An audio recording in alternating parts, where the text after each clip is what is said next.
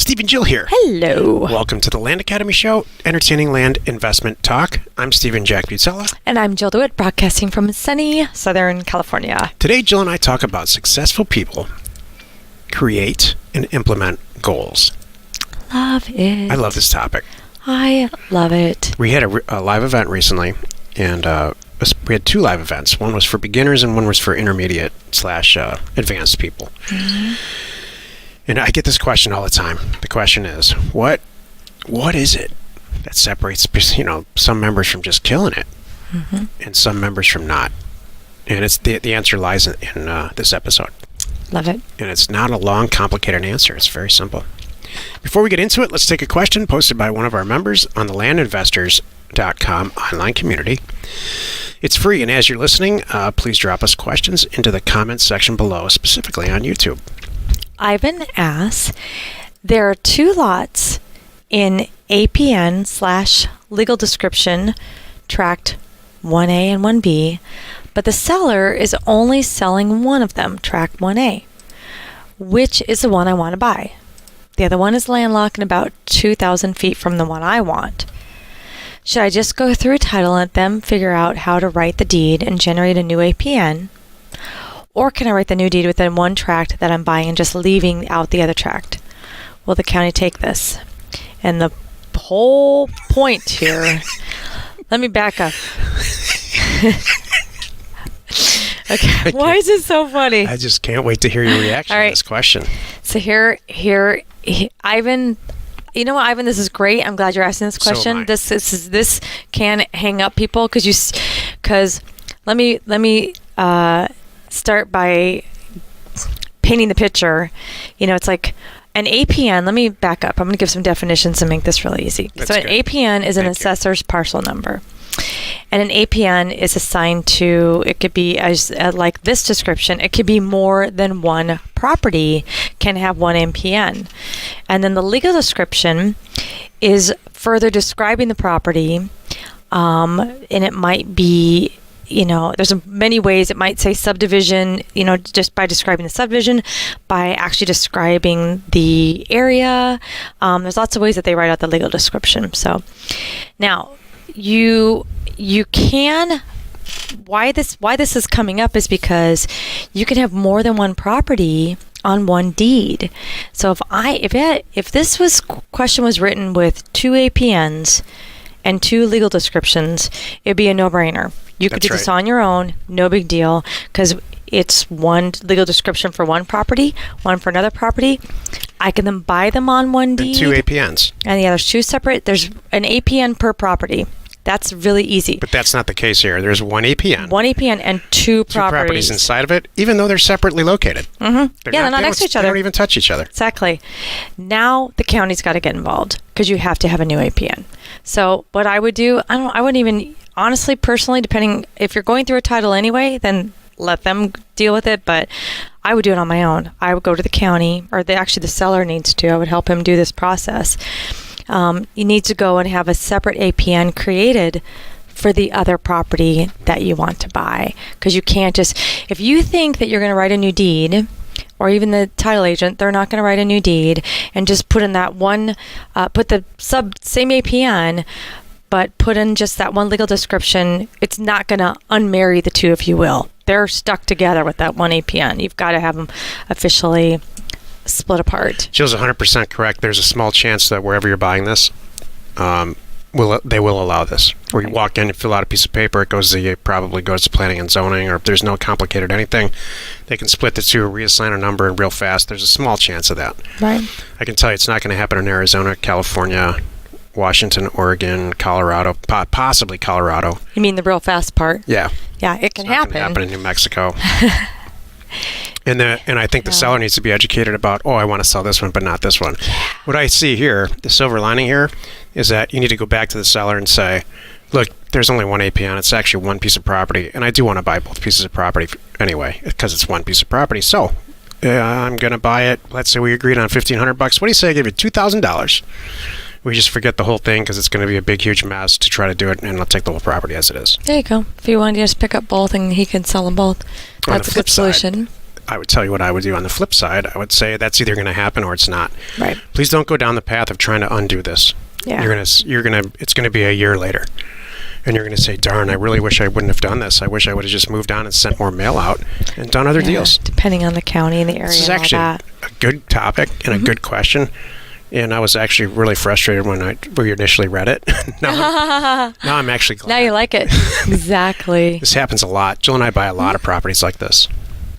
And what you got to be careful of is with the APNs like this. One APN and multiple properties, you could get into, used to be a thing, not to confuse you, but fractional ownership. There's all kinds of weird things. Yeah. You really want to buy cut and dry, one property attached to one APN, which is normally how it goes. So don't worry about this. It doesn't come up often, and then preferably one seller, husband and wife, not like 6 people on this, because then it gets, Yeah. There you go. When there's strange situations like this that the seller doesn't understand, Yeah.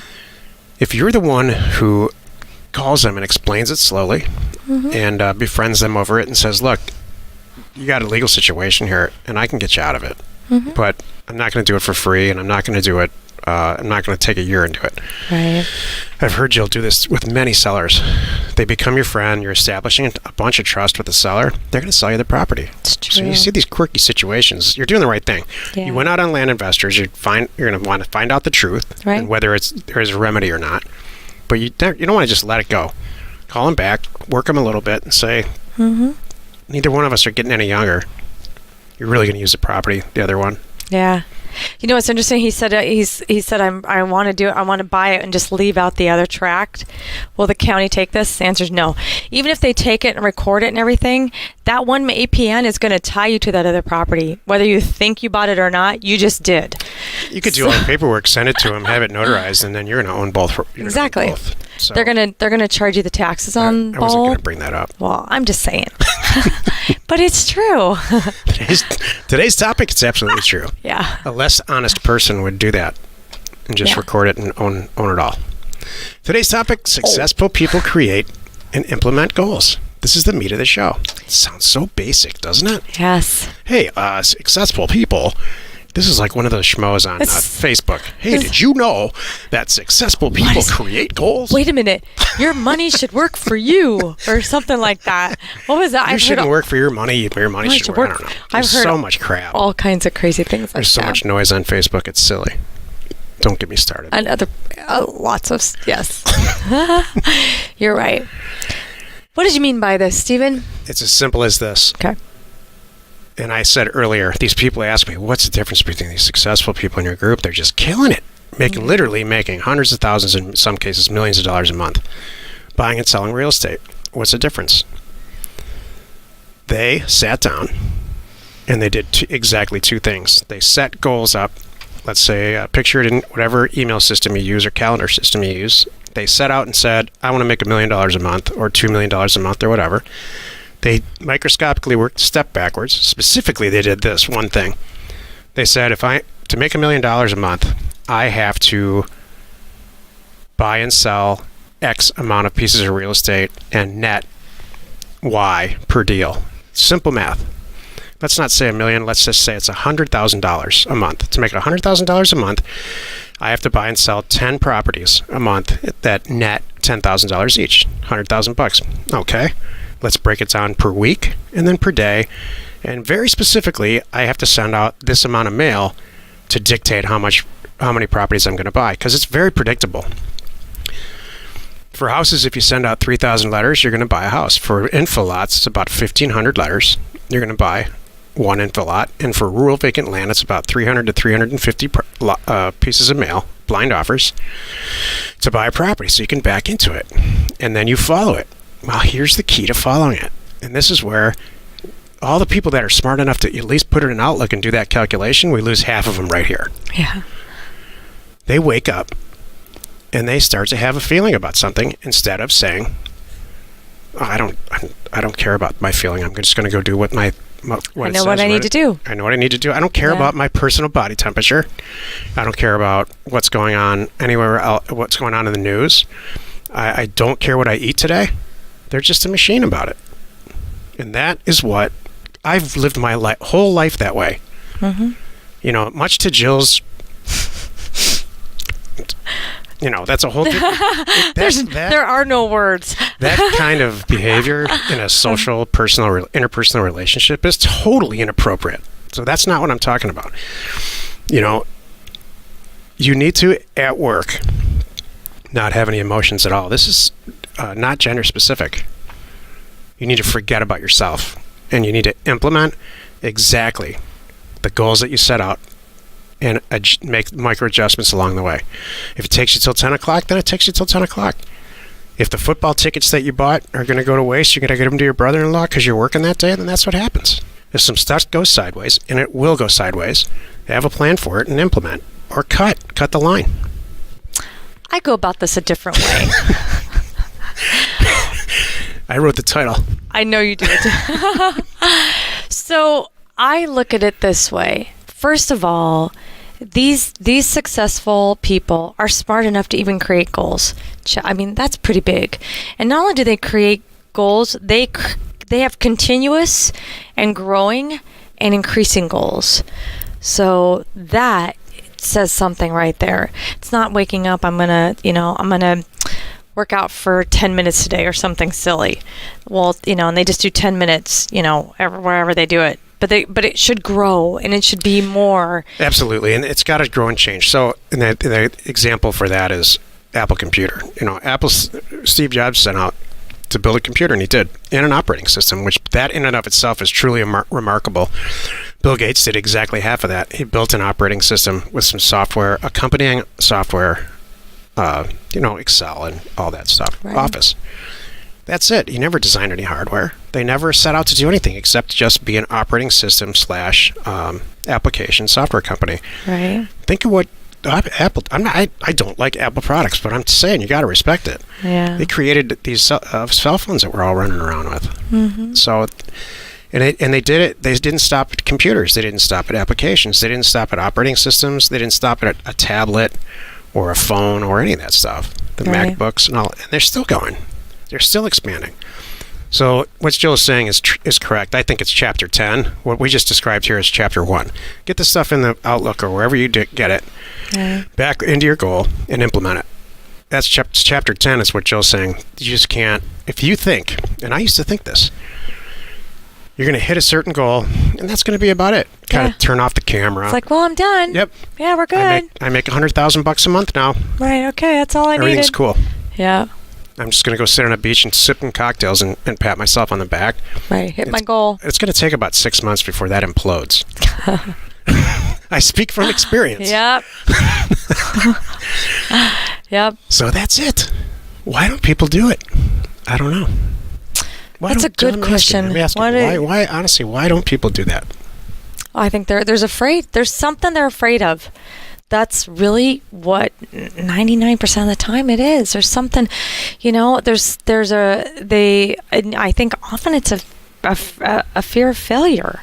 It all looks pretty. Okay, I know I want to buy and sell a property a week, let's just say, because based on what Stephen just said, I know I'm going to hit this goal. I worked it backwards. A property a week, I can do that. That's 4 a month. I can do that. Okay, that's not a crazy number. And they wake up and they know they need to pick a county, get it in the mail, and have it go out by Tuesday. And then Monday morning comes and it's raining and their car won't start and they're late getting to work. And then when they get home, now we're too tired. Oh, my wife needs that. I mean, you said. And then they don't get to it. And I think, honestly, you could make all that stuff work for you if you really want to. You could get up, have your car doesn't start, big deal, get in an Uber. Get around, get home. You know what, you don't have time to cook? Order in, get a pizza. It doesn't matter. Stick to it, adjust. So still 6, even though you said 6 o'clock, now it's 7 o'clock. The kids are ready for bed and you're sitting down picking a county and doing the mail. You kind of still can do that. Absolutely. I say this mantra to myself every day, probably 50, 60 times a day. I don't have any feelings about that. Well, that's how you tell yourself, but not everybody talks to themselves like that, Stephen. I learned that from you. Having any feelings? No. What the heck? I learned having the importance of a mantra. A mantra you learned from me, yes. I was going to say, I sure hope you learned that. I don't have any feelings about anything from me. What the heck? Jill, I've been meaning to tell you that What? I am now feeling this. What? Oh my gosh. All right, that was good. You scared me there. Like, what is he talking about? Oh, that's right. So that's how I do. And you know what? My mantra is not more about motivating me to do something. My mantra is more about, now you did it. Doesn't that feel good? My mantra has shifted more on the back end now, because I don't need any help getting motivated to do something. But here's a few examples. Sticking to it and finishing it, and then how good that feels afterwards. That's I like. We've all experienced some version of road rage, right? And so, to certain people can, that stuff happens, and you laugh about it, and you say, doesn't bother me at all. I don't care about this. I mean, who cares? That guy must be having a really rough day. Yeah. Some people, that just wrecks their whole day. They can't get a mailer out. Yeah. So that's one of the times where you just have to say, I don't care about this. Yeah. This is not important to me. I'm not gonna let it affect my stuff. So I'm not talking about. There's a mantra. I'm not talking about. I don't understand how to do a mail merge, which, in my opinion, you either know how to do that or you don't. You might have to sit down and spend a couple hours and really work through the details and look at chapter 5. Yeah. In the new program, it's actually chapter 1 and chapter 7, I think. Mm-hmm. So I'm not talking about learning technical skills or any of that stuff. I'm talking about not letting the stuff that just doesn't matter sidetrack you. And taking control of your time. Mm-hmm. If you don't have control over your time, that's not good. You need to make some massive changes. Do you know what? We all have control over our time. We all think that we don't. We say that we don't.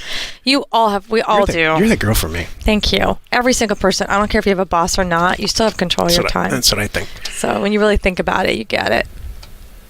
We went way over. We did. Well, you've done it again. You spent another 17 minutes or so listening to the Land Academy show. Join us next time where we discuss there's power in numbers in support. Yay. And we answer your questions posted on our online community, landinvestors.com. It's free. You are not alone in your real estate ambition. It sounded like a rant for a minute. For a second, you're like, I learned that from you. I'm like, lack of feeling?